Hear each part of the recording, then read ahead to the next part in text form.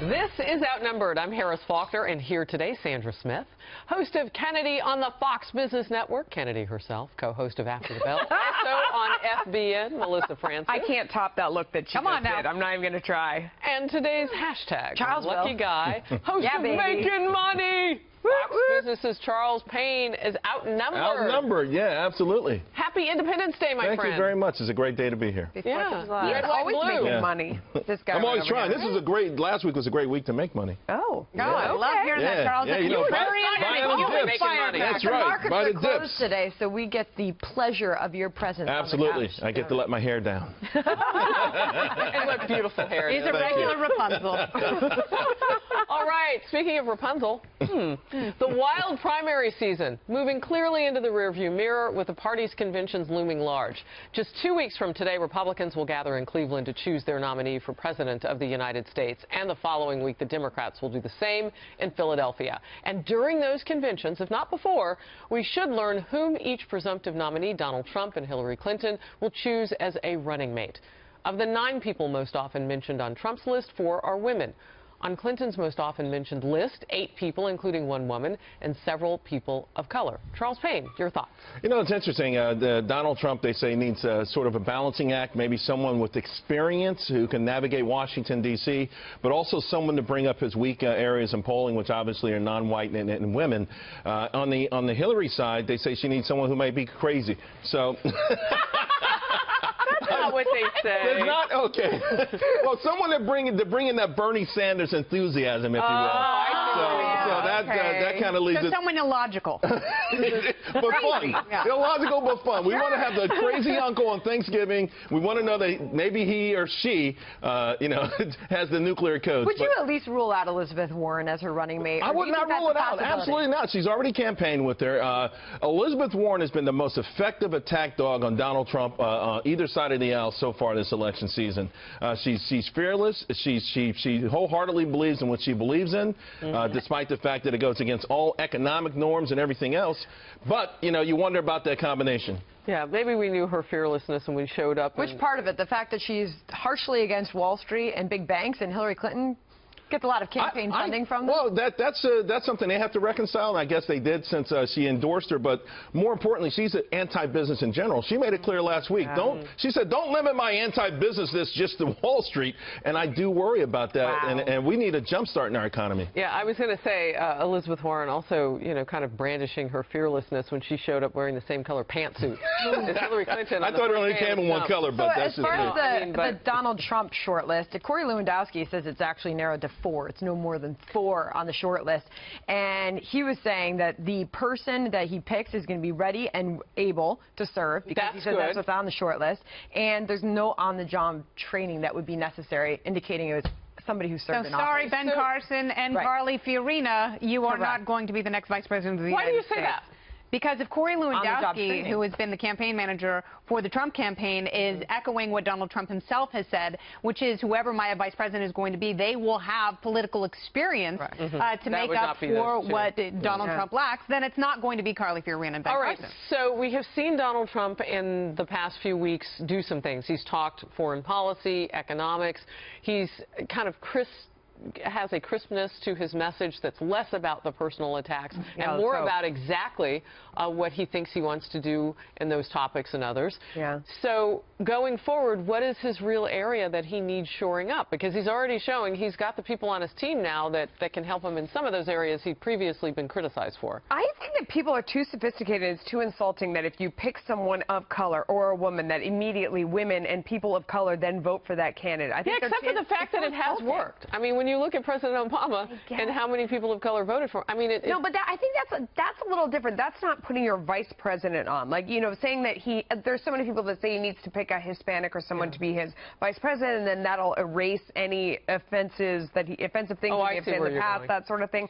I don't think that works. I do think there is some logic to the idea that he needs somebody who knows how to operate within government and, would make voters nervous to see 2 wild card candidates who have no government government experience. So that makes a lot of sense. I mean, it's too bad that Condoleezza Rice has taken herself out of the running, because there's somebody who has government experience, who has military understanding. I mean, she has like so many different things that he's lacking. You kind of would like somebody who would and she's very likable. So she's kind of a different type of a woman than Hillary Clinton. Can I just make one point about this very quickly? Is we've seen three pretty spry presidents in a row in Clinton, George W. Bush, and President Obama. I mean, they were certainly on the younger side of some of their predecessors. Yep. Yeah, and now you have people who are going to be close to 70. So actually, a vice president is a really important pick, because if you follow insurance company actuaries, they're heading down on the. But Donald Trump didn't make that a secret. He said, in addition to he's interested in somebody who's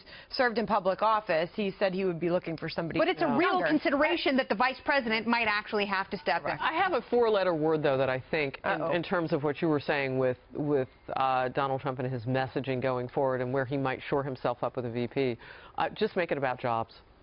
All right. Yeah. A couple people on the couch won't disagree with that. All right. He may not be Bernie Sanders, but when it comes to winning over young people, it looks like Donald Trump isn't doing so bad after all. The presumptive Republican nominee winning more support so far from younger voters than the last two GOP presidential candidates. That's according to a new analysis out of Tufts University. Before the other Republican candidates suspended their campaigns, Trump was receiving an average 33% of the youth vote per state. Compare that to John McCain's average of 29% and Mitt Romney's 28% back when they were running. Trump also getting more youth votes during the primaries than Hillary Clinton, but far fewer than Sanders. All right, so Trump winning more support from younger voters. Are you surprised by that? To a degree I am, because the headlines were always about Bernie Sanders, who overwhelmingly, I mean, listen, we would see 50,000 young voters show up at these Bernie Sanders events. So he definitely won them over, and that's why he's, to a degree, the kingmaker right now. Listen, every time Donald Trump speaks these days, he mentions Bernie Sanders.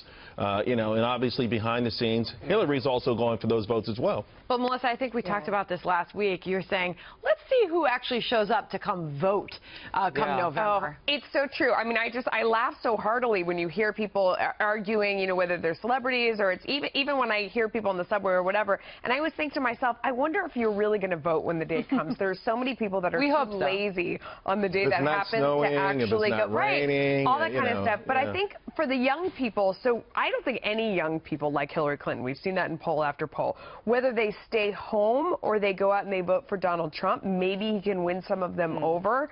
But that's the category where she really seems like she's hurting the most. She comes off like a cranky grandma. Yeah. And I think the thing that's attractive to young people about Donald Trump is he's got a little bit of swag, and he's also anti-authoritarian. And those are very similar, like especially the anti-authoritarian, anti-establishment thing that Bernie Sanders had going on, stoking that passion. I think Donald Trump has that as well. And although it may be in vogue, it may be popular to poo-poo the presumptive Republican presidential nominee, I think there are a lot of young people with whom his message and his delivery, more importantly, resonates. We know that his daughter was an integral part of the letting go of Corey Lewandowski, Ivanka Trump. How much of his family do you think is playing a part with attracting the youth vote? He's got this beautiful, successful family. He brings them out on almost every stage. I think you just said the words yourself. They don't even have to try. I think the optics of coming out on stage. Remember when he did that sit-down town hall? And there were, you know, and I said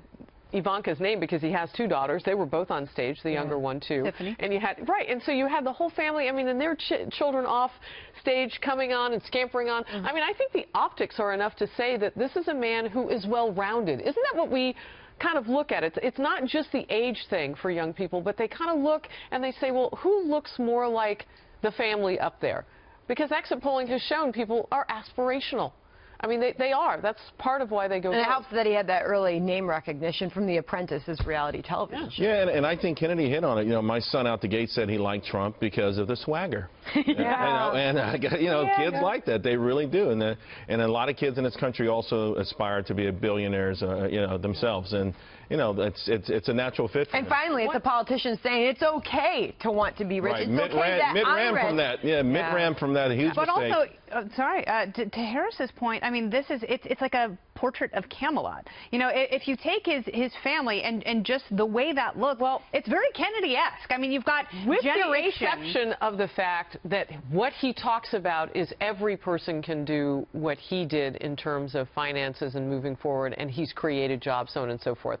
Not to put the Kennedys aside, but that was not really their. I mean, they were like national royalty at one point. I mean, that's how they were looked. Right, and it was inherited wealth versus wealth that was created. You know, which well, he was given a little bit too. Yeah. But not like the Kennedys.